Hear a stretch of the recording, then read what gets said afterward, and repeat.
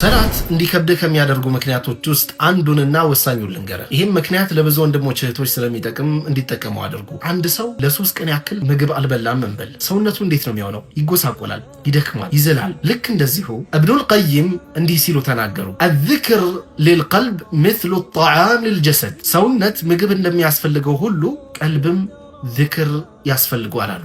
ዝክር ያኺ አላህን ማስታወስ ማለት ነው። ቀልባችንም ዚክርን ካላገኘች አላህን ማስታወስን ካላገኘች ትጎሳቆላለች፣ ትደርቃለች። ለዚህ ነው ብዙ ሰዎች ኢላ መን ረሒመላህ አላህ ያዘንላቸው ሲቀሩ ሰላት መስገድም ሆነ የተለያዩ መልካም ስራዎችን መስራት ከባድ የሚሆንባቸው። ለዚህ ነው ምንም ያክል ወንጀልህ ቢበዛ፣ ምንም ያክል ወንጀለኛ ብትሆን ተጸጽተ ወደ አላህ ተመለስ፣ አላህን ምህረትን ለምን፣ አላህ ይምርሃል። በዚህ ምላስም ዚክርን አብዛ። አስተግፊሩላህ አስተግፊሩላህ አስተግፊሩላህ፣ ሱብሃነላሂ ወቢሐምዲሂ ሱብሃነላሂል ዐዚም፣ ሱብሃነላህ አልሐምዱሊላህ ወላ ኢላሃ ኢለላህ ወላሁ አክበር። ተቀምጠ ቆመ እየሄድክ ስራ ቦታ ሆነ ምላስህን አላህን በማስታወስ አርጥበው፣ ቀልብህም ይረጥባል። ሰላትና መልካም ስራ የተባለም ሁሉ ይቀልሃል። ባረከላሁ ፊኩም ወጀዛኩሙላሁ ኸይረን። ወሰላሙ ዐለይኩም ወረሕመቱላሂ ወበረካቱ።